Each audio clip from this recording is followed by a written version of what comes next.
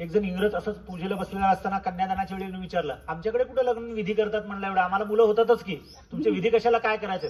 बरोबर आहे म्हणलं, तुमच्याकडे मुलं होणारे आणि आमच्याकडचे मुलं होणारे फरक आहे. का फरक आहे?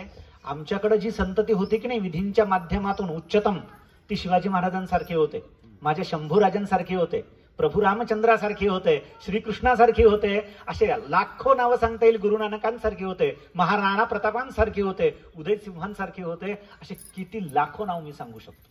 का तर या संस्कारात, जन्मना जायते शूद्राः संस्कारात द्विज उच्यते, म्हणून या विधींना महत्व आहे.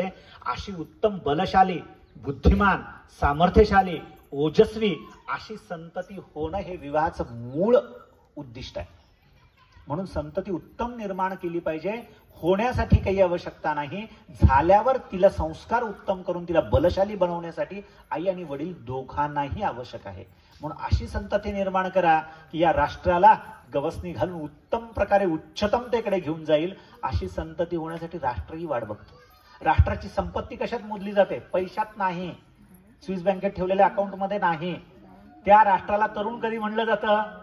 ऐश्वर्य संपन्न कधी म्हणलं जातं? तिथे तरुण मुलं किती आहेत? ती खरी राष्ट्राची संपत्ती आहे. प्रभू रामचंद्रासारखी संतती असेल ना, कृष्णासारखी असेल, तर राष्ट्र कधीच्या कधी वर राहतं. अशी संतती निर्माण करण्यासाठीच मुलगी तुमच्याकडे सुपूर्त करतोय. हर्षवर्धन हे सांगतायत ना सगळं, मी हे सगळं काही सांगत नाहीये. बाईकवर मी बोलत असलो तरी हे सगळे बोलतायत, हे खरं.